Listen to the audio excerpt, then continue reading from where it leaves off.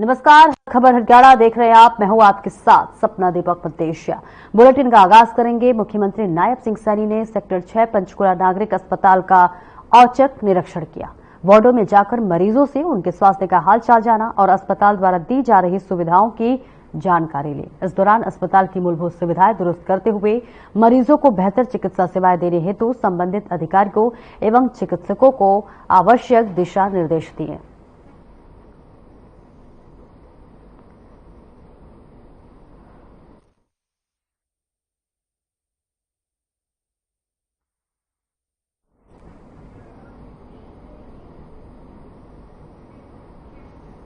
और आगे बढ़ेंगे, लेकिन उससे पहले चंडीगढ़ से एक बड़ी खबर सामने आ रही है, जहां आपको बता दें मुख्यमंत्री नायब सिंह सैनी के मुख्य प्रधान सचिव और रिटायर्ड आईएएस राजेश खुल्लर बने हैं मुख्य प्रधान सचिव। प्रदेश सरकार ने जारी किए हैं नियुक्ति के निर्देश। ये बड़ी जानकारी चंडीगढ़ से दे रहे हैं, जहां प्रदेश सरकार ने नियुक्ति के निर्देश जारी कर दिए हैं। रिटायर्ड आईएएस राजेश खुल्लर प्रधान सचिव बने हैं। प्रदेश सरकार ने ये जारी किया है निर्देश, जो है बड़ी जिम्मेदारी निभाते हुए नजर आएंगे। और इसी के साथ साथ ये बड़ी जिम्मेदारी मिली है। चंडीगढ़ से बड़ी खबर आपको बता रहे हैं, जहां पर सीएम नायब सिंह सैनी की एक और पहल देखने को मिली है, जहां रिटायर्ड आईएएस राजेश खुल्लर मुख्य प्रधान सचिव बने हैं। प्रदेश सरकार ने नियुक्ति के निर्देश दिए हैं। लगातार अब सरकार जो है नई सरकार बनने के बाद से लगातार मुख्यमंत्री नायब सिंह सैनी एक्टिव मोड पे है। और इस बीच ये बड़ी जानकारी चंडीगढ़ से दे रहे हैं, जहां रिटायर्ड आईएएस राजेश खुल्लर के लिए मुख्य प्रधान सचिव के इनकी नियुक्ति के निर्देश मुख्यमंत्री नायब सिंह सैनी ने दे दिया है। और अब नई भूमिका निभाते हुए राजेश खुल्लर दिखेंगे। सीएम नायब सिंह सैनी के मुख्य प्रधान सचिव नियुक्त किए हैं। प्रदेश सरकार ने इसके लिए नियुक्ति के निर्देश जारी कर दिया। और ये तस्वीरें आपके टीवी स्क्रीन पर दिखा रहे हैं, जहां पर मुख्यमंत्री नायब सिंह सैनी की अध्यक्षता में अब नई जिम्मेदारी राजेश खुल्लर निभाते हुए नजर आएंगे, जहां वे मुख्य प्रधान सचिव की भूमिका निभाते हुए नजर आएंगे। एक बड़ी जिम्मेदारी और एक महत्वपूर्ण जिम्मेदारी राजेश खुल्लर को मिली है, जहां अब वो मुख्य प्रधान सचिव बनकर अपनी जिम्मेदारियों का निर्वहन करते हुए नजर आएंगे। चंडीगढ़ से ये बड़ी जानकारी आप तक पहुंचा रहे हैं, जहां अब मुख्यमंत्री नायब सिंह सैनी ने मुख्य प्रधान सचिव नियुक्त कर दिया है। राजेश खुल्लर को प्रधान सचिव बनाया गया है और अब वो अपने इस नई जिम्मेदारी को निर्वहन करते हुए नजर आएंगे।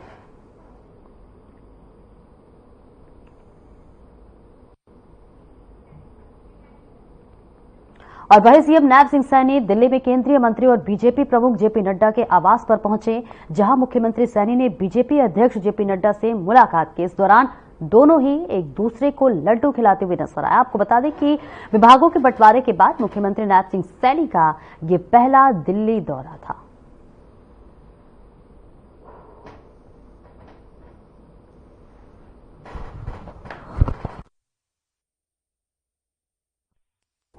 और दिल्ली में केंद्रीय मंत्री मनोहर लाल ने आनंद विहार आरआरटीएस स्टेशन का दौरा किया। इस दौरान केंद्रीय मंत्री मनोहर लाल ने वहां मौजूद कर्मचारियों से बात की और आरआरटीएस स्टेशन से जुड़ी तमाम जानकारी ली।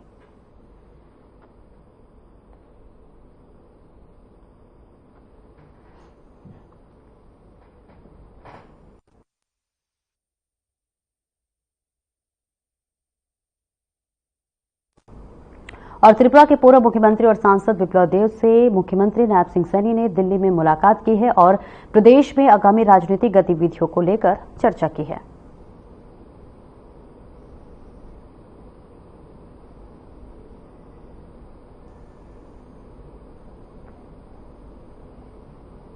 खाद्य नागरिक आपूर्ति एवं उपभोक्ता मामले एवं मुद्रण एवं स्टेशनरी विभाग के स्वतंत्र प्रभार मंत्री राजेश नागर ने कहा कि जो भी रुके हुए विकास कार्य हैं उनको जल्द से जल्द पूरा कराएं, क्योंकि देरी से मिला विकास व्यर्थ जाता है।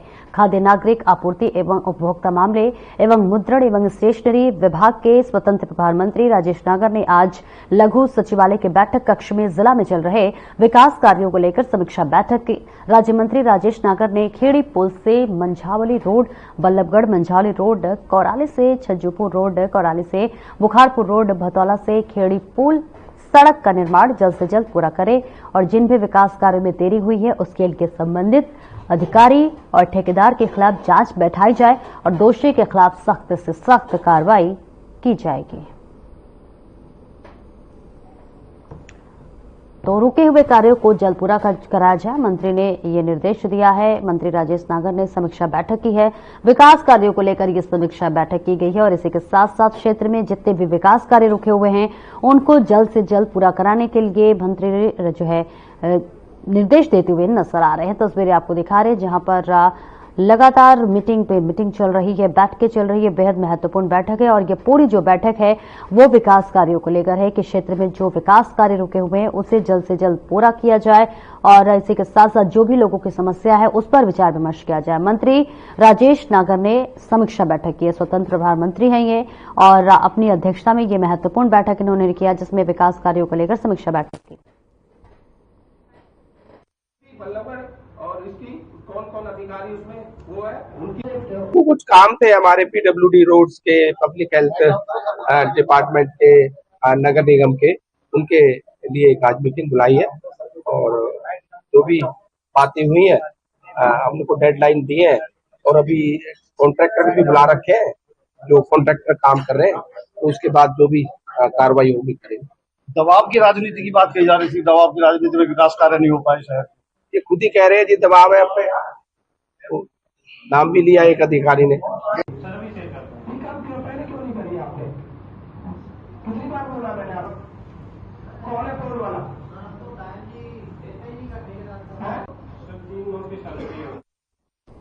प्रदेश के खेल मंत्री गौरव गौतम लघु सचिवालय पहुंचे, जहां गौरव गौतम ने जिला अधिकारियों के साथ समस्याओं को लेकर बैठक की। बैठक के दौरान खेल मंत्री गौरव गौतम ने अधिकारियों को जनता की समस्याओं को हल करने के लिए सख्त आदेश दिए, तो वहीं अगली बैठक में तमाम अधिकारियों को पूरी जानकारी के साथ आने के लिए भी कहा। इस दौरान उन्होंने कहा कि शहर के विकास के लिए जिले के सभी अधिकारियों को मिलकर काम करना होगा और जनता का सहयोग लेना होगा।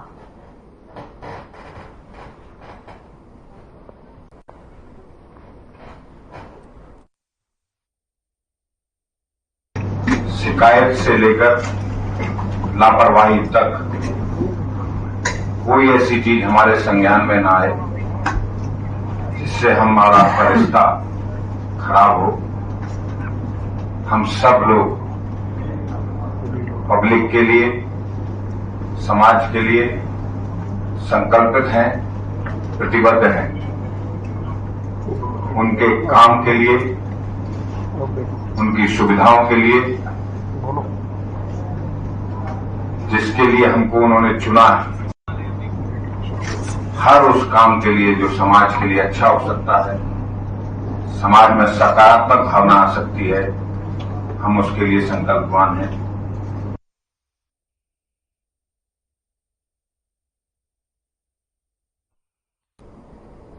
कैबिनेट मंत्री श्रुति चौधरी आज अपने पैतृक गांव गोलागढ़ पहुंची। अपनी माता राज्यसभा सांसद किरण चौधरी के साथ गोलागढ़ पहुंचकर चौधरी बंसी लाल जी और चौधरी सुरेंद्र सिंह की समाधि पर पुष्प अर्पित किए, तो वहीं उपस्थित जनसमूह को श्रुति ने संबोधित किया।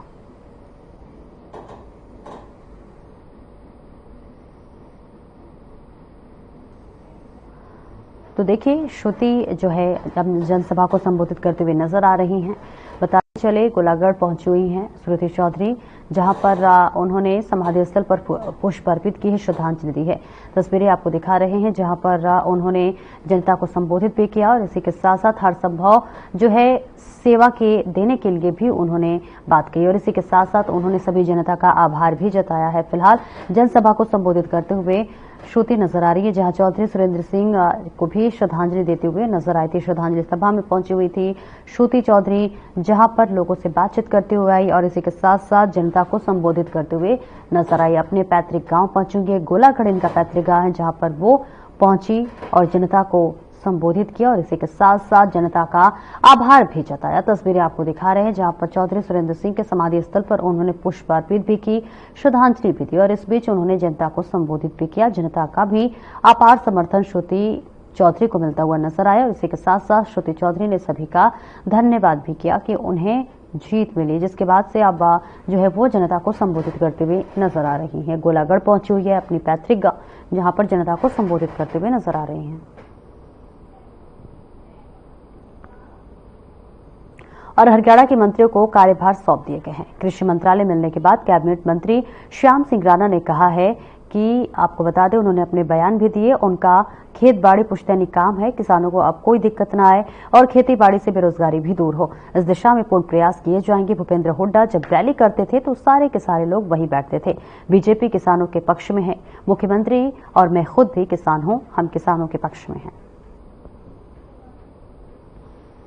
तो किसानों के लिए काफी सब्सिडी की मशीनें भी खरीदी हैं, पैकिंग भी करते हैं, उसकी पैकिंग करके इंडस्ट्री में उसको हर साल बेचते भी हैं, तो वो भी काफी हुआ। लेकिन इस बार काफी बारिश की ज्यादा रही, कहीं कहीं खेत गिल्ला था, वो मजबूरी रही होगी किसान की, क्योंकि उसने फसल अपनी जल्दी बोनी होती है। लेकिन फिर भी हम किसान भाइयों से अनुरोध करते हैं, बेनती करते हैं हाथ जोड़ के, भाई पराली को अगर खेत में ही खपाया जाए तो खेत की फर्टाइल हो जाता है। मैं खुद किसान हूँ, मैंने ये एक्सपेरिमेंट भी किया, पराली को खेत में खपा के आलू की फसल की, आलू बहुत होया।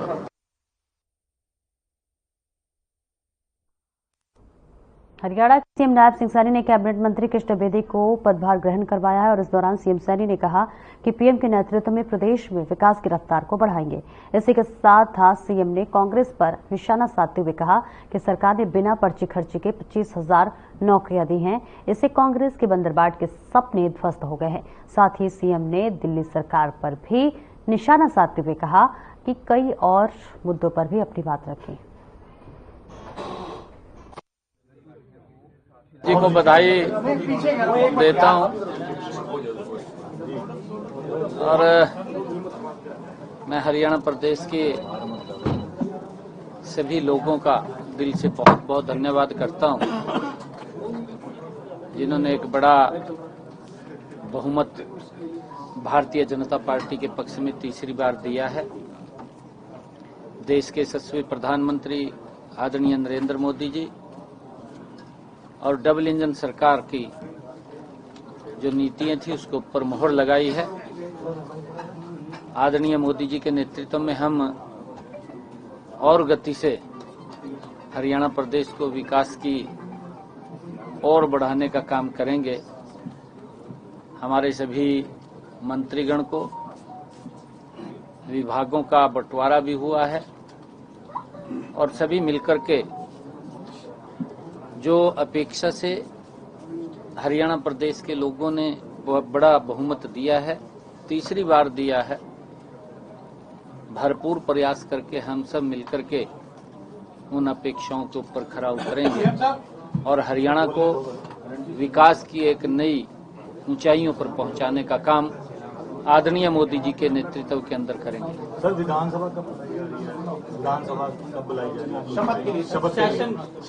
शपथ के लिए 25 तारीख को विधानसभा के अंदर सभी माननीय विधायकों की शपथ होगी।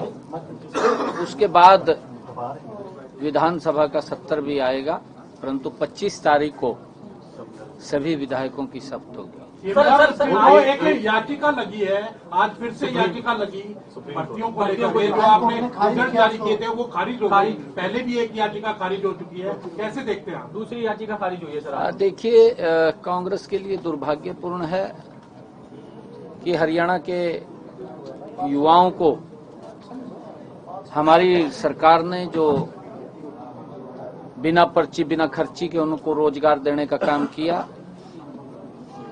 कांग्रेस सपने में रही कि हम आएंगे, हिस्सा बांटेंगे, हिस्से के आधार के ऊपर नौकरियां देंगे, और उनका ये मोटिव भी रहा है कि कहीं न कहीं युवाओं के जो भारतीय जनता पार्टी की हमारी सरकार ने युवाओं को बिना पर्ची बिना खर्ची के रोजगार दिया है, उसके अंदर रोड़ा खड़ा करने का काम समय समय के ऊपर ये कांग्रेस पार्टी करती रही। ये भर्ती रोको गैंग ये कांग्रेस के द्वारा प्रायोजित है और कांग्रेस के द्वारा ये खड़ा किया गया है। माननीय हाई कोर्ट भी अब इनको पूरी तरह से समझ चुका है कि ये लोग डिस्टर्ब करने के लिए हरियाणा के युवाओं को इस प्रकार के इनका जो एजेंडा है उसको लेकर के आते हैं। इनके ना तो कांग्रेस पार्टी में जान रही है, ना भर्ती रोको गैंग में अब रही है। माननीय हाई कोर्ट ने उसको समझ करके खारिज कर दिया। सर दिल्ली की और कांग्रेस को हरियाणा की जनता ने खारिज कर दिया है। सर दिल्ली की मुख्यमंत्री आरोप लगा रही है कि जो पोल्यूशन दिल्ली में हो रहा है उसके जिम्मेदार हरियाणा है। यमुना का गंदा पानी जो है वो दिल्ली पहुंच रहा है और साथ ही साथ पराली का धुआं वो दिल्ली पहुंच रहा है। इस तरीके के एलिगेशन दिल्ली की जो मुख्यमंत्री है आतिशी सिंह लगा रही है, इस पर क्या कहेंगे सर? पराली मैनेजमेंट के लिए क्या कर रहे हैं सर? आम आदमी पार्टी जब से दिल्ली में उसका जन्म हुआ है अपने आप तो काम नहीं कर रहे हैं, दूसरे को पर आरोप जरूर लगा रहे हैं। आपने देखा होगा उनका कार्यकाल, वही आपको इतना समय दे दिया दिल्ली की जनता ने। केजरीवाल साहब छाती पीट करके कह रहा था कि मैं सबसे पहले यमुना को स्वच्छ करूंगा, निर्मल करूंगा। दुर्भाग्यपूर्ण है, आरोप ही लगा रहा है पिछले 10 वर्षों से। आम आदमी पार्टी कभी किसी को ऊपर आरोप लगाती है, कभी किसी को ऊपर आरोप लगाती है, अपने गिरेबान में नहीं देखते।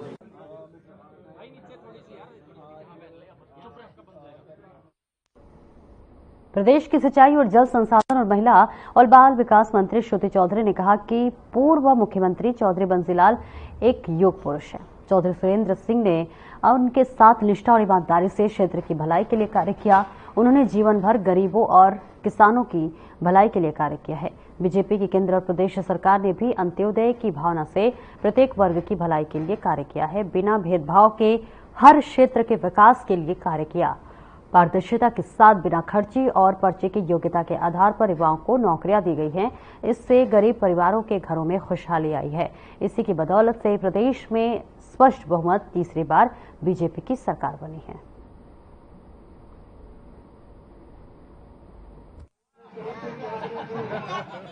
ना किसी की सिफारिश की जरूरत, ना किसी को बख्शीश देने की जरूरत, और अपने मेहनत के बलबूते पर गांव-गांव में पता नहीं कितने अभी मैं बीरन में थी, वहां पे 25 लगे हैं और यहाँ पे कितने 15-16 लगे। यहाँ पे कोई 20 कह रहे हैं।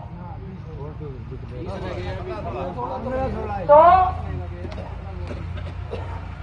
हमें धन्यवाद करना है ऐसी सरकार का जो आम आदमी के लिए सहारा बन सके। चौधरी बंसीलाल अमर रहे, चौधरी सुरेंद्र सिंह अमर रहे, मैडम किरण चौधरी जिंदाबाद, जिंदाबाद।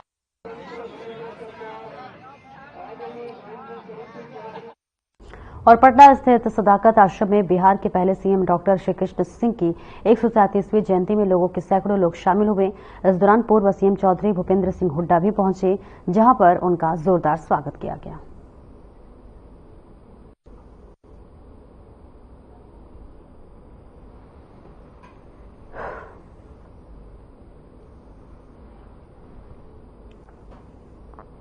हरियाणा चुनाव की हार पर कांग्रेस नेता भूपेंद्र सिंह हुड्डा ने कहा कि चुनाव आयोग में हमने शिकायत दर्ज की है और अब पार्टी कोर्ट में जाएगी। उन्होंने आगे क्या कुछ कहा, सुनिए।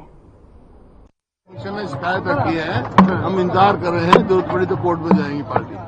सर कोर्ट में मैंने ये कहा है कोई ऐसा ना हो जाए कि माना पे मशीन भारी ना पड़ जाए। यानी कि लहरा जा रहा है कि जम्मू कश्मीर में क्यों नहीं ईवीएम में गड़बड़ी हुई है और हरियाणा में क्यों? मैं क्या कह रहा हूँ आपको, हमने कंप्लेंट कर रखी है।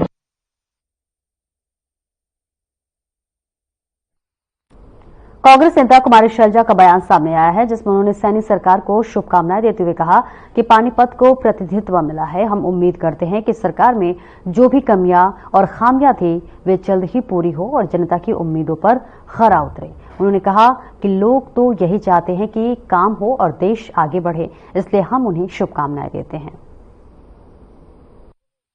पानीपत को भी प्रतिनिधित्व मिला है। हम उम्मीद करते हैं कि पीछे जो भी कमियां रही, खामियां रही, उनको पूरा करे सरकार और जनता की उम्मीदों पर खरा उतरे। लोग तो यही चाहते हैं कि काम हो और प्रदेश आगे बढ़े। और अंबाला शहर में सनातन धर्म सभा ने सनातन धर्म आरोग्य केंद्र और जिम की शुरुआत की है, जिसका विधिवत रूप से हरियाणा के पूर्व राज्य मंत्री असीम गोयल ने फीता काट कर उद्घाटन किया। आपको बता दें कि इस आरोग्य केंद्र में आम जन को प्राकृतिक चिकित्सा, एक्यूप्रेशर, मेडिटेशन और फिजियोथेरेपी की सुविधा मिलेगी। इस मौके पर असीम गोयल ने कहा कि सनातन धर्म सभा पहले शिक्षा को बढ़ावा देने के कार्य शहर में कर रहे थे और अब स्वास्थ्य और नेचुरोपैथी के नाते भी कार्य करेंगे।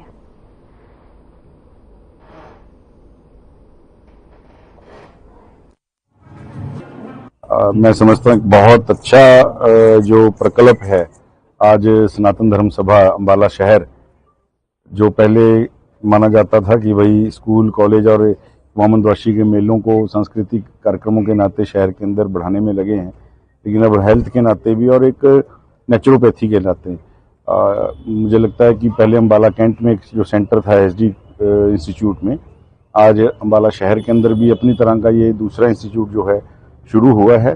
निश्चित रूप से जिन लोगों को समस्याएं हैं, चाहे हमारे बुजुर्ग हैं या जो भी इन समस्याओं से पीड़ित हैं, उनके लिए एक नेचुरोपैथी के इन्होंने ट्रेनर भी जिस प्रकार से रखे हैं और डॉक्टर्स रखे हैं, एडवाइजर रखे हैं। ये इंस्टीट्यूशन जो मतलब एजुकेशनल तक सीमित नहीं है, आज एक नया अध्याय इसमें जोड़ने जा रहे हैं और वो हमारा physiotherapy centre, nature cure centre और सबसे बड़ी जिम, जो आजकल के बच्चे जो है जिम बड़ा एंजॉय भी करते हैं और ज्वाइन करते हैं, लेकिन यहाँ पे पेड होगा, लेकिन यह कि बिल्कुल नॉमिनल रेट पे होगा।